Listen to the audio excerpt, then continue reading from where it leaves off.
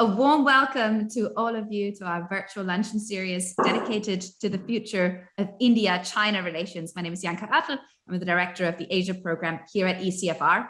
And on a monthly basis, we are now featuring one prominent Indian speaker who will shed light on the various aspects of the Sino-Indian relationship and help us to better understand the possible implications that there are for Europe's growing engagement in the Indo-Pacific region. In the context of the conversation about the growing great power rivalry between the US and China, some of the absolutely crucial relations between China and other major powers are often overlooked. And as Europe is recalibrating its approach to China and the Indo-Pacific alike, it is a good time for us to not only talk, but to actively listen to those who have been dealing with Beijing from a different vantage point for many, many years.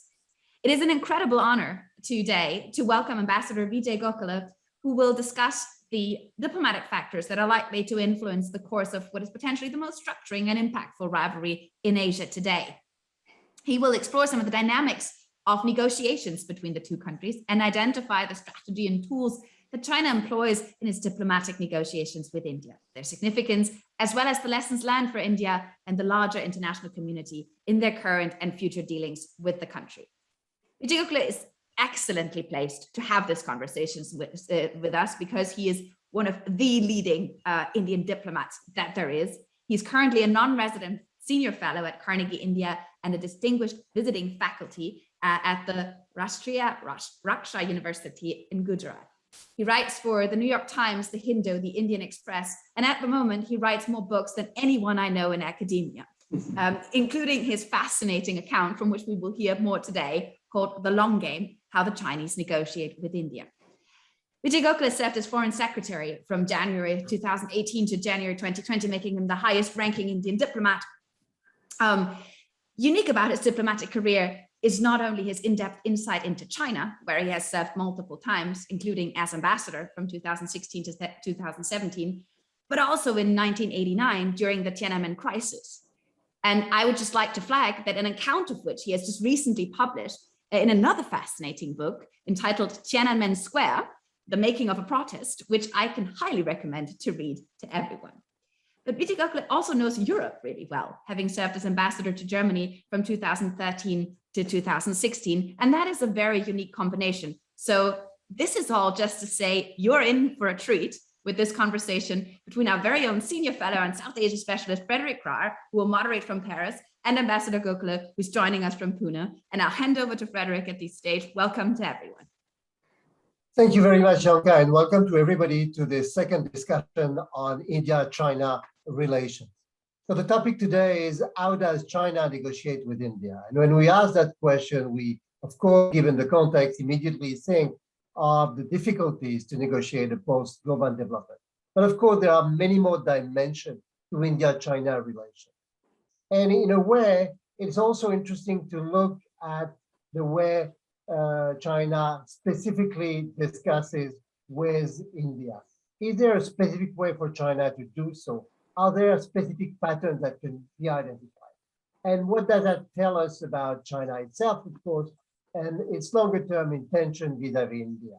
So I want to introduce Ambassador Gokhale because Janka has wonderfully done it.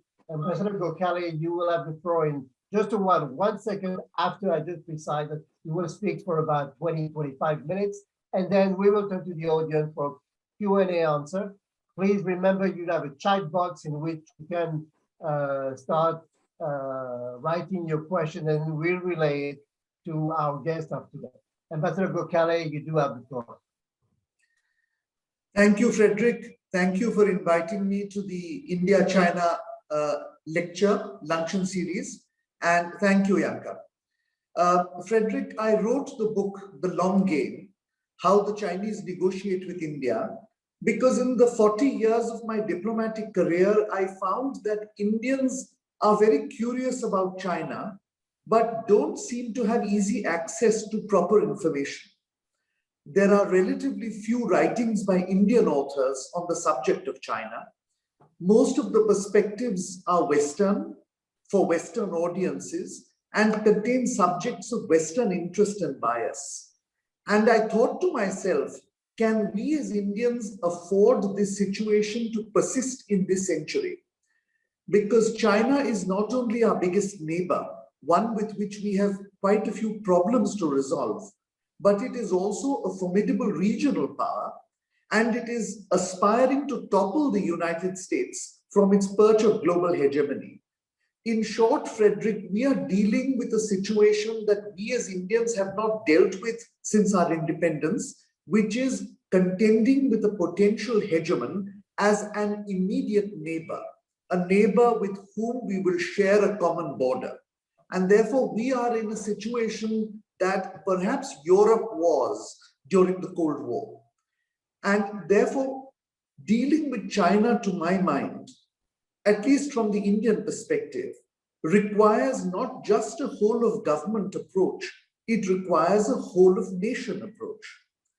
Now, the question is, how do you build this interest in public opinion? How do you build information networks which get information on China to the people? And my view is it has to be through writings by Indians for Indians on a wide range of subjects: history, diplomacy, what the Chinese are doing in artificial intelligence, what they are doing on digital currency, and so on. And all of it has to be written in a comprehensible way so that the average Indian citizen, their interest is caught. So this was the principal driver, the principal thinking that went behind the writing of both my books. The first one, which Yanka showed, that was Tiananmen Square, and the second, which is The Long Game, How the Chinese Negotiate with India. Now, when I was doing this book, what struck me was that to understand how the Chinese negotiate, it's really necessary to look at the history of the Communist Party, to go before 1949, when China actually gained statehood, as it were, or the Chinese Communist Party became the rulers of the country. Within the very first decade of the party's founding, in November 1927 to be specific, Mao wrote a letter to the party center from his base in Jinkangshan after the failed autumn harvest uprising, in which he talked about a massive peasant uprising. And I want to quote what he wrote. He wrote that several 100 million peasants will rise like a mighty storm, like a hurricane, a force that is so swift and violent that no power, however great, will be able to hold it back. The point I want to make, Frederick, is that force, the application of force, is a central element in Mao's political strategy, and therefore has become central to the practice of Chinese diplomacy after 1949. Now, I want to contrast this with how the Indian independence movement developed, because around the time that Mao was launching the Communist Party's mass movements, Mahatma Gandhi was doing the same in India. But unlike in the case of Mao, Gandhi stopped the mass movement in February 1922, when it resulted in the death of about 20 policemen. When Gandhi told the people of India that no provocation can possibly justify the brutal murder of men who had been rendered defenseless and thrown themselves at the mercy of the mob. In other words, you have the dichotomy of the Chinese believing that force is central to politics and diplomacy, and Gandhi believing that non-violence permeates India's struggle for independence and its subsequent post-independence foreign policy. So this was one important element which translated later after 1949 into a central element of Chinese diplomacy. The second was the belief by the Chinese leadership, even before 1949, in the idea of the balance of power. So the Chinese leadership saw the acquisition of force as a necessary means to tilt that balance of power in their favor. And negotiation or compromise was therefore seen simply as a way of buying time. It was seen as a means of temporary respite, of a temporary reprieve, in order to gather the necessary force to turn the balance to China's advantage. And we see this at play again in 1935 and in 1945, when China builds the United Front with the KMT, with the nationalists. In neither case did the communists intend to reach a viable political outcome or to arrive at a compromise through negotiation. It was simply a matter of buying time. So, to my understanding, these two essential elements of early communist strategy also became fundamental to their diplomacy. The belief that force is the final determinant, and the belief that negotiation is a tactic which is used to buy time until the balance tilts decisively in your favor. Now, in addition to this, there was a third important element in Chinese foreign policy, which also had a bearing on India's foreign policy as well as in India-China relations. And that was a fundamental belief, again articulated by Mao Zedong, that you had to lean towards either the side of the imperialists, by which he meant the United States, or on the side of the socialists, which meant he leant to the side of the Soviet Union, but that there was no third road available. Now, here again was classic balance of power. The Chinese supposed that the world was bipolar, that it was always determined in terms of balance of power. China did not at that stage believe that it was one of the forces, that it was one of the poles, but it certainly played the game of balance of power. It joined in that game. And this translated into an essential element of Chinese foreign policy. On the other hand, India did not necessarily believe in the balance of power, which led India to adopt the whole policy of non-alignment. And therefore, very early on, after China was liberated in 1949 and India gained independence in 1947, the contention in my book is that we approached foreign policy from fundamentally different directions. China looked at diplomacy from the perspective of power. India largely looked at it from the perspective of morality or ethics, with a firm belief that negotiation could lead to compromise. It could lead to permanent solutions. And I guess this very fundamental difference of opinion led eventually to a serious miscalculation on India's part and to the boundary conflict of 1962, which lies in some sense at the very heart of the India-China relationship even today. Now, the objective of my book was not just to look at history, but to come right up to the present time. And I really found that over the 70 years, particularly after the Cold War, India was able to adjust its foreign policy and to develop a coping strategy which was more pragmatic. We reached out to the European Union, we reached out to ASEAN, we reached out to the Gulf, we improved relations with the United States. In a sense, you can say we started playing the game. And we also sought a new equilibrium with China, while also dealing with them through multi-engagement with others. So it was a very multifaceted, multi-alignment approach. To my mind, the Chinese foreign policy was more ideological. I think that after the collapse of the Soviet Union, and also because they experienced the turmoil of the Tiananmen incident of 1989, the core Chinese belief was that they were the next target of Western subversion. And therefore, they continued to believe in the balance of power theory. They continued to believe that they must become a pole, but they gradually adjusted their tactics, putting forward Deng's 24-character strategy of hide your profile and bide your time, Hao Kuang Ya Hui, so that they could ensure that while they were establishing or acquiring the force to change the balance of power in their favor, they continued to engage the West and they continued to engage India. The point here I'm driving at, Frederick, is that the Chinese, therefore, have always seen their competitor as the United States.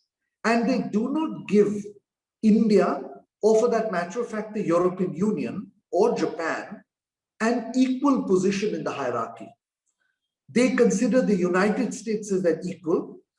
they look at India and the European Union and Japan as from the American prism, from the perspective of whether we will help America to stop China or we will help China's rise. In other words, whether we help or hinders China's rise becomes the prism through which we are all judged.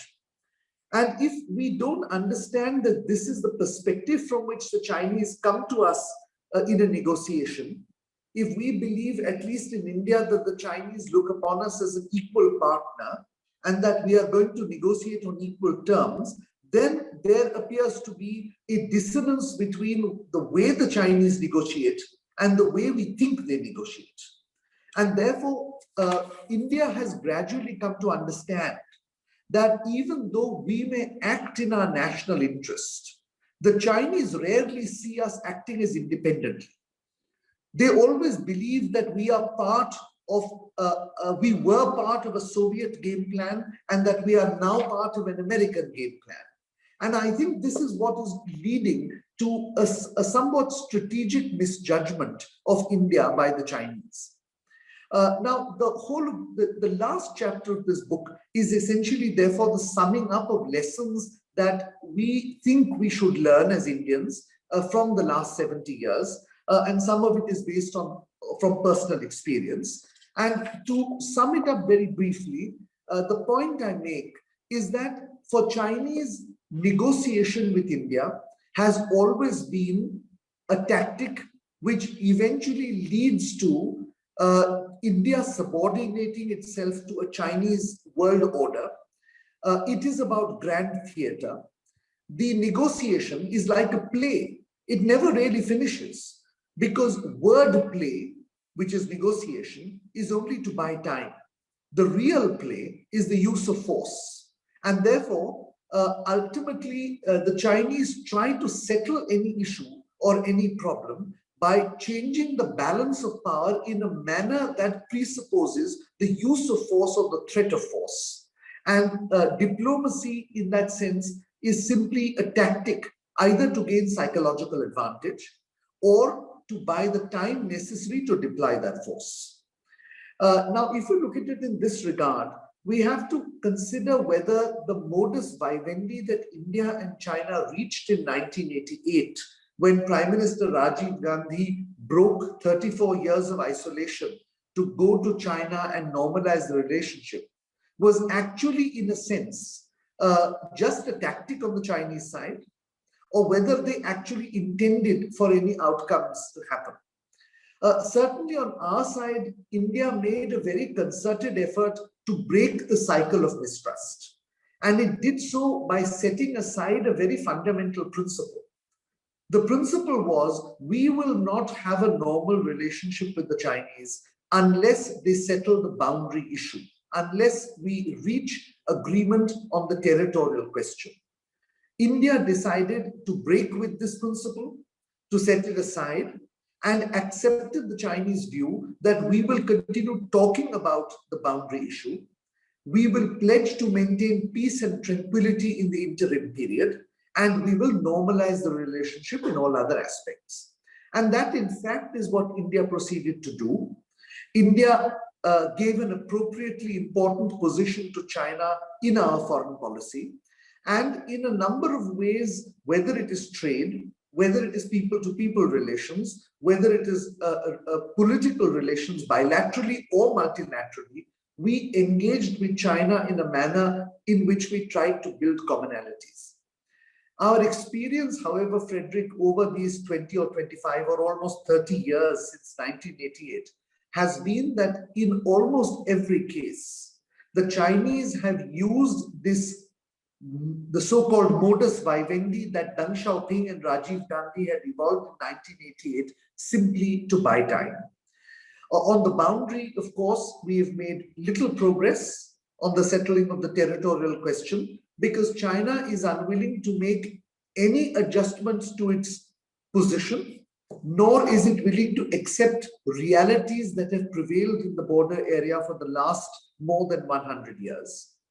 On the matter of Tibet and His Holiness the Dalai Lama, despite our assurances to the Chinese side that we recognize Tibet as part of the People's Republic of China, and that for humanitarian reasons, His Holiness has been staying in India and will continue to live there until he decides otherwise, but that we will not allow him to engage in political activity, has been met with skepticism, although there is no evidence to show that India has in any manner used the Dalai Lama's presence to subvert China.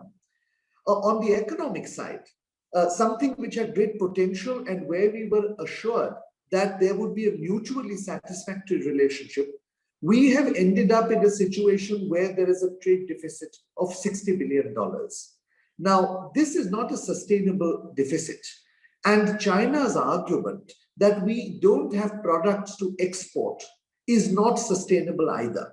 The fact of the matter, Frederick, is that in certain areas like pharmaceuticals or information technology services or automotive components, where we compete in the European Union and in the United States, it becomes a little difficult to believe when China says that these products are not competitive in our market, in the Chinese market. And therefore, what we find is that we have opened the markets to Chinese products, but India faces the same kind of barriers, tariff and non-tariff, that, for instance, the European Union or the United States or practically every other country faces. We find the same problem with education, where 15,000 Indian students travel to China for education. But when it comes to educational exchanges, it is a one-way process. And finally, of course, we have the whole issue of the political system of the two countries. We have pledged that we respect each other's political systems. Unlike the West, I dare say, India does not believe that democracy as a political system is something which we use in our diplomacy, which we sort of try to spread through diplomatic means.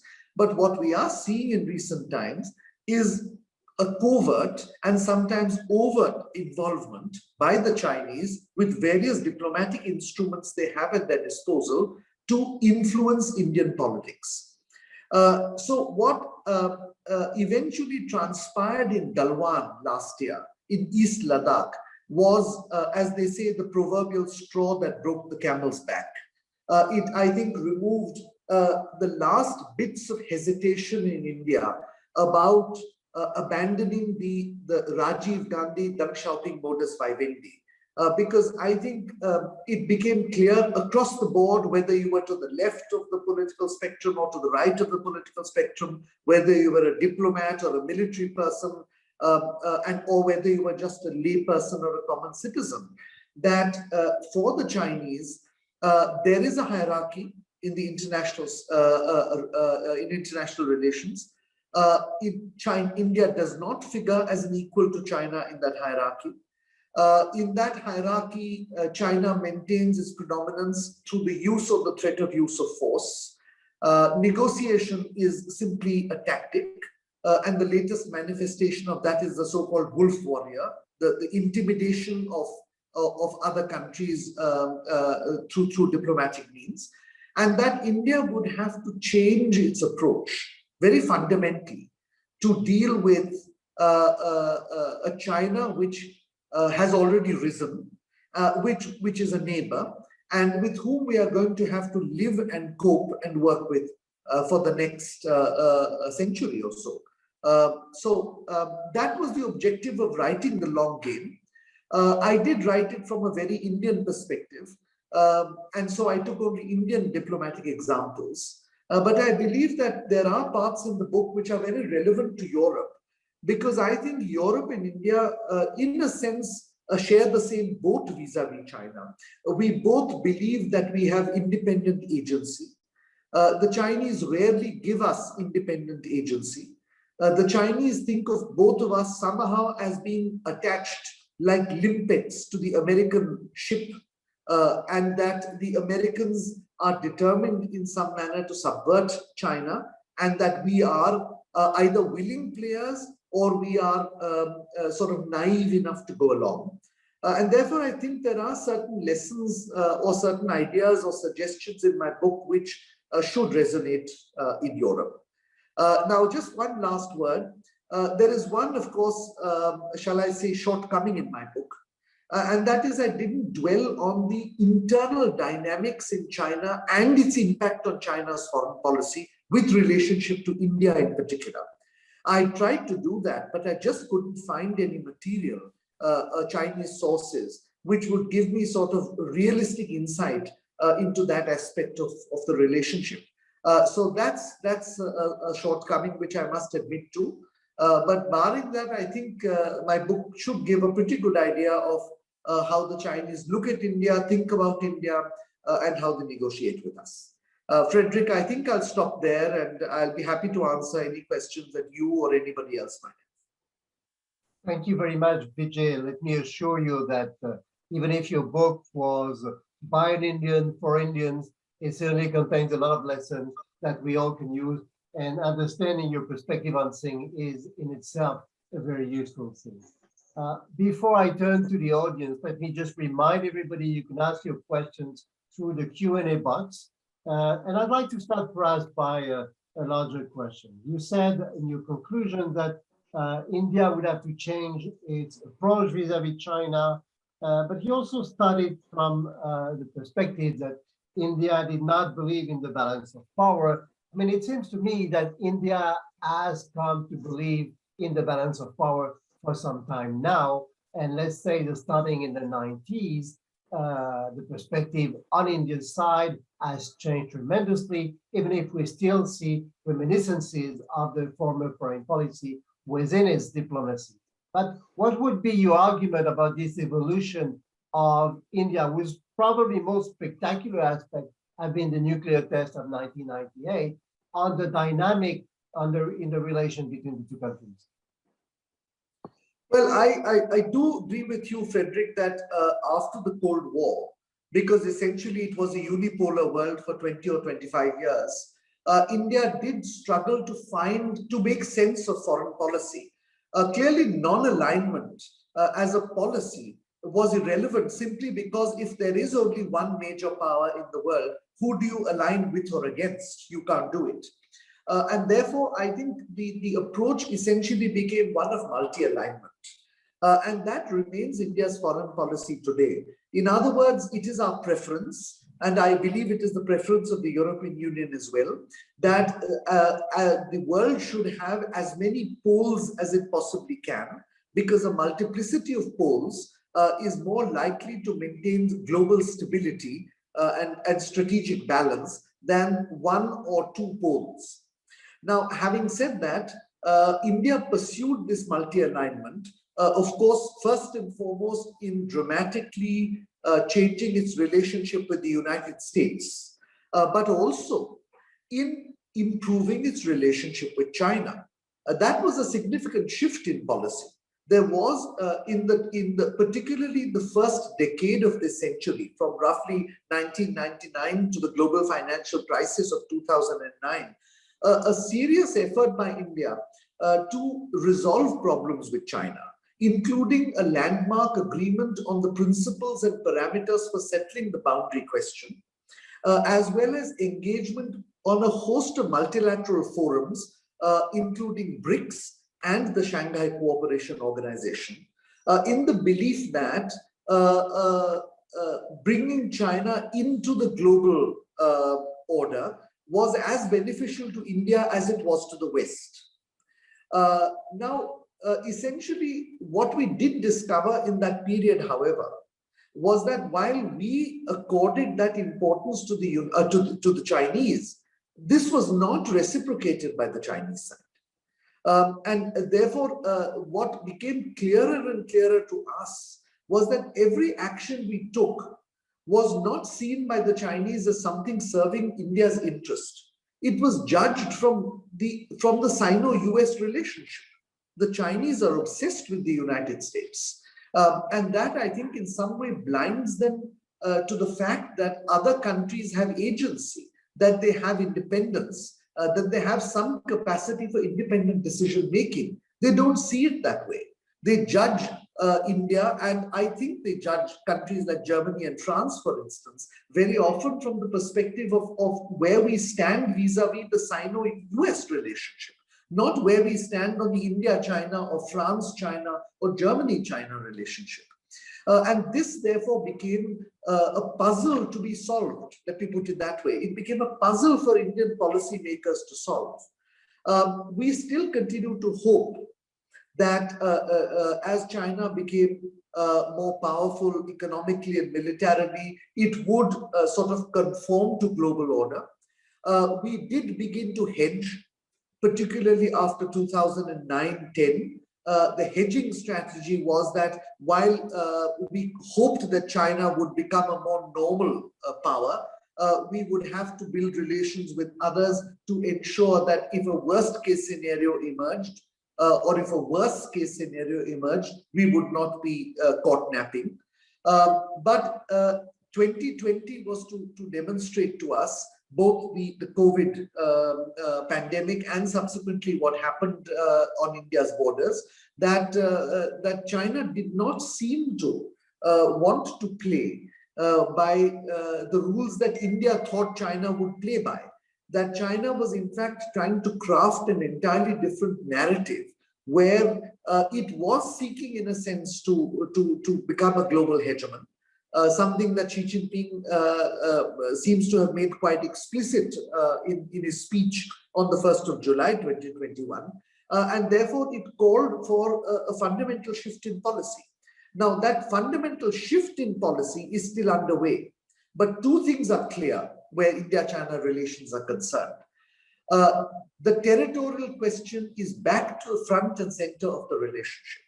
In other words, the 1988 decision to set it aside is over. Today, if China says, let's put the territorial question in its proper place and get along with the rest of the relationship, India is saying no. The territorial question is the relationship. It must be handled properly, and until it is handled to our satisfaction, we can't have a normal relationship. That's number one. The second important change is that if you cannot respect India as an equal country, as a country with which you do business equally, then you compel us to develop relationships in a manner which ensure that we get the attention and the respect and the importance that we deserve. So these are two very fundamentally important changes that have taken place in Indian foreign policy now. How it pans out in specific policy terms, whether it is in terms of trade, education, science and technology, international relations, relations specifically with the European Union, I think still remains to be seen. Thank you very much. You've actually answered one of the questions that was asked by a participant, Mrs. Leah Matam, who asked whether use of territory is still the main issue between India and China today. You just answered that. Let me ask you a question raised by Joseph Nisnik.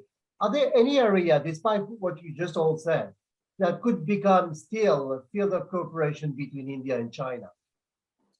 Oh, there are many areas, Frederick. Because let me put it this way, along with non-alignment, which went out of the window after the end of the Cold War, another concept also sort of gradually disappeared, and that was really solidarity in the third world. Essentially, the concept of the third world was a very political concept of the Cold War. It suggested that there was a divide between the North and the South, between the rich and the poor, between the industrial and the non-industrial societies. Of course, what happened after 1990 was India began to industrialize. And as a result, we moved into what is called the category of the emerging economy, along with China, Nigeria, Brazil, South Africa, Indonesia, and a host of others. Now, in other words, there is a certain common set of concerns or interests among the emerging economies, which also puts us at odds, by the way, not just with the West, but also with some of the developing countries. Therefore, I think in a number of areas, India and China do have space to work together. I mean, the obvious one is climate change, but that's not the only one. Almost in any area where there are new technologies or new frontiers, for instance, digital currency or electric vehicles, where rule setting, rule making are still in an incipient stage or hasn't begun. The interests of India and China do converge to a lesser or greater degree. The problem, however, Frederick, is that in India, after the developments over the past year or year and a half, these alone are not enough to cement a relationship. There is deep political mistrust, a deep distrust, and a sense that the Chinese side is capable of abandoning India on issues even of common concern and striking deals because it might suit the Chinese. Because now the sense is that negotiation for China is simply a tactic to buy time or to use other countries for its own purposes. So the short answer to that question is there are undoubtedly important areas in the emerging economies, where India and China not only can but should work together. But the level of political mistrust is so high at this stage that the possibilities of collaborating in any meaningful way appear to be rather grim to me, at least at the moment.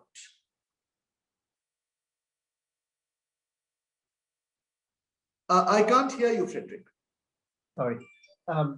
Yes, there are now two questions which are pretty similar in the phrasing, which are related to the importance of Pakistan in your relation with China. And they're, of course, indirectly related to the territorial question. From Mr. Thomas Elfman and Christoph Zalewski. Wouldn't you better settle your conflict with Pakistan in order to gain more space and resources to tackle with China? Is there any chance to change the nature of Pak in your relationship in order to give both countries more strategic space vis-a-vis China? Yeah, that's an excellent question, Frederick. There is one central point that I want to make, and that is that this is a strategic alliance. Therefore, despite efforts by every prime minister for the last 20 years to try and move the relationship with Pakistan has come up against a wall. The reason is that the real bone of contention between India and Pakistan is Pakistan's alleged claim on the state of Jammu and Kashmir. We forget, of course, that there is a third player in this, and that is China. Not only has a part of Jammu and Kashmir been ceded to the Chinese side under the Sino-Pak boundary agreement, and therefore any agreement on Jammu and Kashmir automatically makes China a party to that. But more importantly, if Jammu and Kashmir were to be resolved even on the basis of the current reality, it would disadvantage the Chinese because the Chinese would find it difficult to sustain the route into Pakistan. And therefore, the Kashmir question is not just a question between India and Pakistan. To my mind, the Chinese have inserted themselves into that question. And therefore, while there can be a lot of good intentions on the Indian side, there is also a realization that the strategic nature of that relationship and China's interest in ensuring that Pakistan is in a sense a counterweight, not only to India, but a counterweight to the West, creating problems for China in the Xinjiang region. These two factors will ensure that, that until and unless China is satisfied with the solution that India and Pakistan reach, it won't allow that solution to be reached. This brings me, of course, to the question of Afghanistan. Pakistan's interest in Afghanistan and China's interest in Afghanistan are very different on paper. On paper, it suits Pakistan to have instability in Afghanistan because it is in that way that it controls the situation in Afghanistan. On the contrary, for China, if you look at it purely on the basis of logic, stability in Afghanistan is critical to the Chinese. Because ultimately, only when Afghanistan is stabilized can two possible advantages accrue to China. Xinjiang becomes more secure and the Belt and Road becomes more diverse and secure as well. But Frederick, this is logic only on paper. In reality, the greater concern of the Chinese is the presence of the Americans in Afghanistan or in Central Asia. That is the real concern because they know that the vulnerable underbelly is are Xinjiang and Tibet. Therefore, if it is a trade-off between instability in Afghanistan and no Americans and stability in Afghanistan with a benefit for China, I would think that the balance would weigh in favor of let's have instability in Afghanistan and try to manage it through Pakistan rather than have any Western or US presence close to our southwestern or northwestern border. And therefore, for many, many reasons, Pakistan and Afghanistan are strategically important to China, and India cannot simply therefore see it as a bilateral issue to be resolved with Pakistan. Well, building up on this specific question, does the US withdrawal open some space for India to negotiate with China over the fate of Afghanistan? Not the least because the situation as we see it now is likely to evolve as well over time.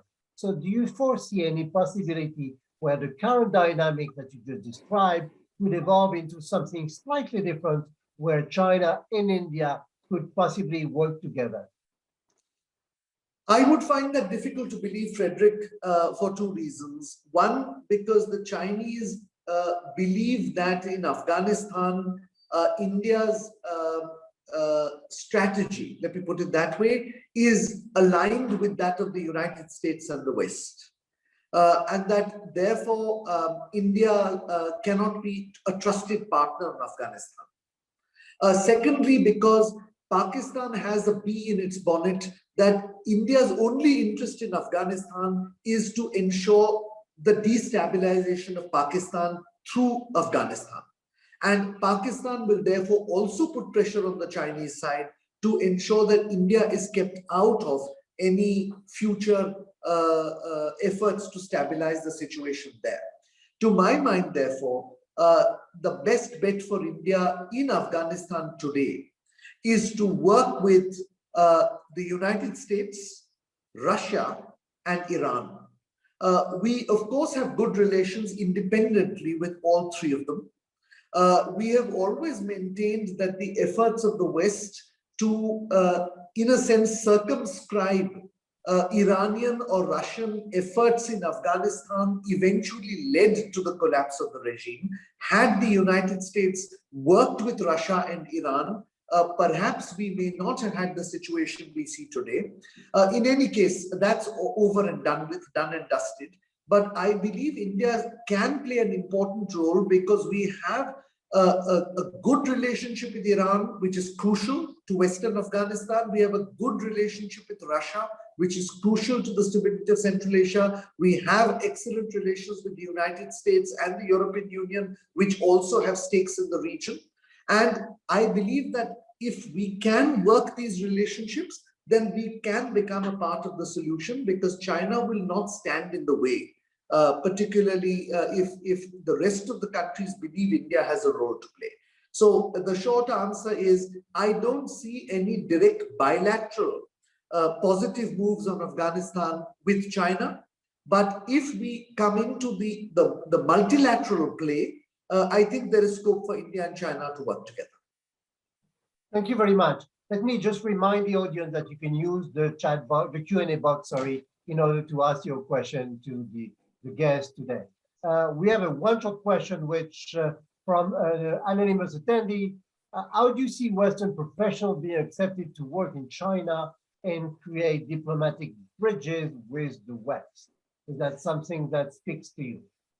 I didn't get that question, Frederick. Let me just repeat it. How do you see Western professionals being accepted to work in China and create diplomatic bridges with the West? In other words, do you see, what is your perception of all those professionals who try to reinforce the connection between China and the West nowadays?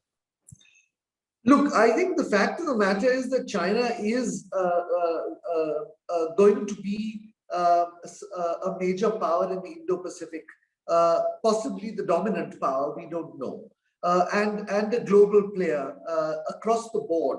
I'm not just talking militarily, but given the advances they have made in all the new technologies from artificial intelligence to quantum computing, they're going to be at the table everywhere. Therefore, to some extent, an engagement with China is necessary. And I think all of us, whether it's the West or the rest, we are all trying in some manner to try and engage with the Chinese side. The point I want to make is that in the process of that engagement, we need to be aware that China negotiates or engages with others with a very different mindset to the way in which we engage with each other. For us, some of it is making friendships, understanding the other side, making compromises for a greater good, and so on and so forth. For the Chinese, it's entirely about self-interest, to the extent that they simply don't have, I mean, every effort at reaching out is simply messaging. Their words are messages, their gestures are messages. They don't seem to indicate any desire to build relationships in that sense. And therefore, we need to be mindful when we negotiate with the Chinese in any manner, whether it is professionals reaching out, governments reaching out, academic institutions reaching out, that our expectations must be tempered with the understanding that the Chinese look at this as a one-way street, that we must always show understanding of Chinese sensitivities as defined by them, and that we should not expect them to be sensitive to our concerns, and that they expect us to simply be grateful if they show some sensitivity to our concerns, again as defined by them. And therefore, it calls for a greater coordination between other countries when dealing with China to ensure that they understand that negotiation is a two-way street. Thank you. One, building up on what you said, actually, a question from Christoph Zalewski. You said that your central and very important idea is negotiation for China is only a tactical tool to buy time or get strategic advantage. So should we negotiate, and I guess this is a question which is as much for Europe as it is for India, but should we negotiate with Beijing at all? And if any deal is only tactical and signed in bad faith? Well, I think there's no avoiding negotiation with China. I think even if negotiation from the Chinese side is tactical, if we approach the negotiations with that clear understanding, we change our own strategy and tactics then to pursue our own ends. The point I'm making is we must understand how the Chinese look at the negotiating process, not impose Western or Indian thoughts or theories about negotiation on the Chinese, and then devise our own strategy for the negotiation. That's the point I want to make. In other words, let me give you a small example. If we are negotiating, for example, on access of fruits and vegetables into China, now we have to understand that an agreement cannot be one in which we allow Chinese apples and pears into India with the promise that in a year or two, the Chinese will allow Indian vegetables into China. It hasn't happened that way. We have given them access into the Indian agricultural market, but after 15 years, we are still waiting to have access to any vegetable or fruit from India into the Chinese market, because the negotiation for them, you cross one hurdle and you come to another. When you go past the tariffs, it is phytosanitary restrictions. When you get past that, there is some other non-tariff barrier, and so on and so forth. So I think it took a while for us to realize that you could not negotiate with the Chinese with the expectation that what you gave them would automatically be given to you. And that's what I mean by an awareness in negotiation. It doesn't mean we don't negotiate, but it means, let's be clear, not giving the Chinese everything they want without getting upfront what we want. And that's been a hard lesson for India, but I guess we've learned it now.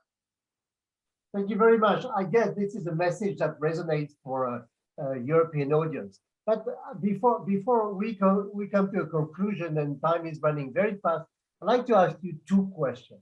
The first one is about the limits of your relationship with the United States, because you very clearly said, spoke of the dangers for India to be caught in that sort of zero-sum game between China and the US. At the same time, you also said that there was an evolving balance of power, and obviously since the 90s, you have been getting closer and closer to the US. Now, how do you manage to preserve this relationship, let's say, make sure that your relationship with the US doesn't lead you into additional trouble with China without falling in the trap of the Chinese and getting aligned with them, mashed against your willingness in any case?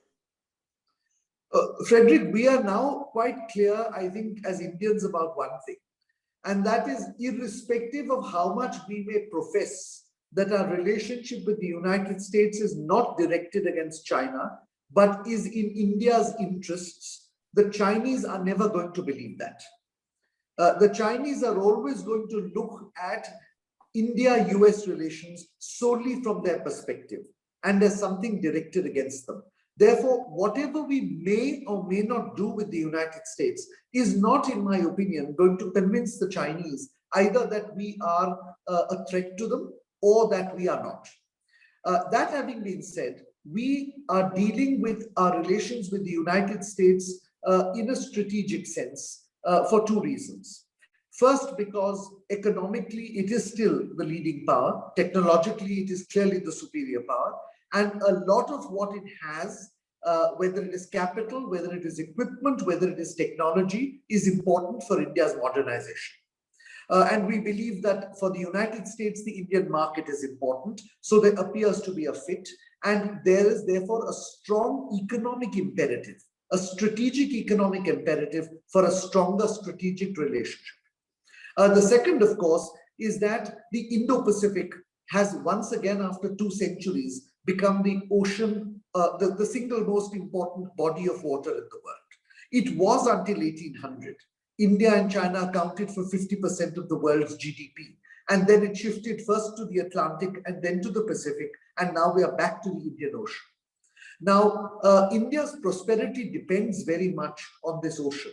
If India was the world's second or even largest economy from roughly the beginning of the Common Era until 1800, it was because of our connectivity by sea.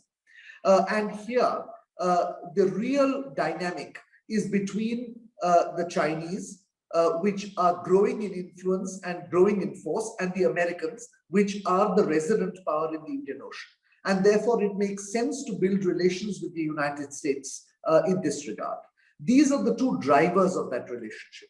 Having said that, I think if you ask the majority of Indians, you will find that we consider ourselves to be a civilizational power, not just a country. We believe that we would like to have autonomy. We don't want to be sort of typecast as belonging to one camp or another.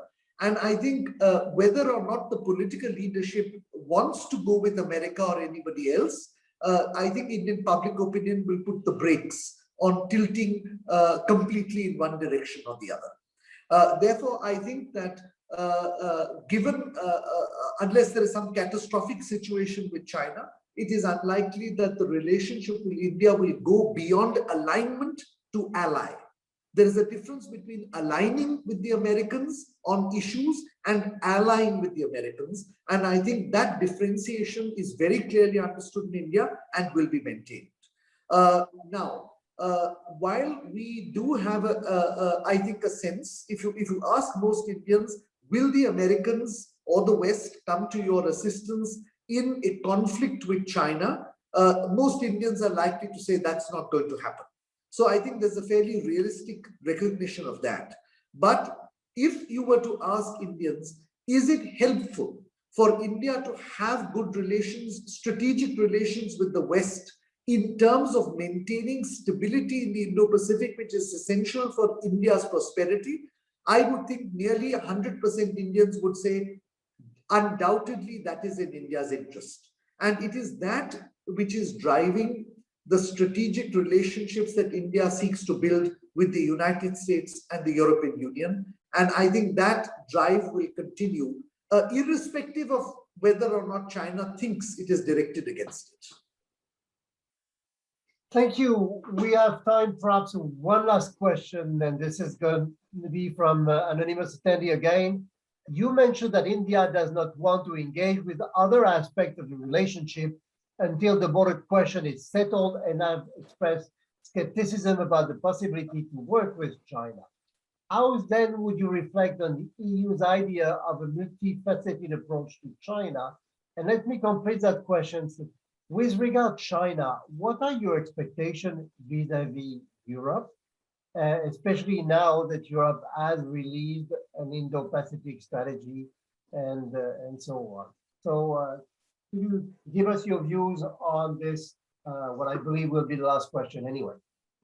Well, Frederick, I think where so far as Europe is concerned, or the West in general is concerned, India hopes that a certain new reality will prevail, where the West recognizes that China is not going to be a stakeholder in the international situation in the way the West thought it would be. I'm not saying it cannot be a stakeholder. I'm simply saying it cannot be a stakeholder as was envisaged by the West. And the second point is, I think it is clear to us that the West also needs to realize that putting its eggs in one basket may not be a good strategy, particularly when the West's prosperity, European prosperity as well, depends on the growth of the economies in the Indo-Pacific. And therefore, an economic hedging strategy, which ensures that all global supply chains don't begin and end with China, which allow a diversification of global supply chains into other important markets like ASEAN and India, as well as possibly the Gulf, is something that we believe is in Europe's interest. It did therefore come as a surprise when in December last year, Europe signed the comprehensive agreement on investment with China, because it tended to, in a sense, contradict the European Union's own position that China was both somebody to work with and a systemic rival. Our presumption in that European Union paper was that Europe may not, in a sense, militarily engage in the Indo-Pacific, but that it would economically diversify.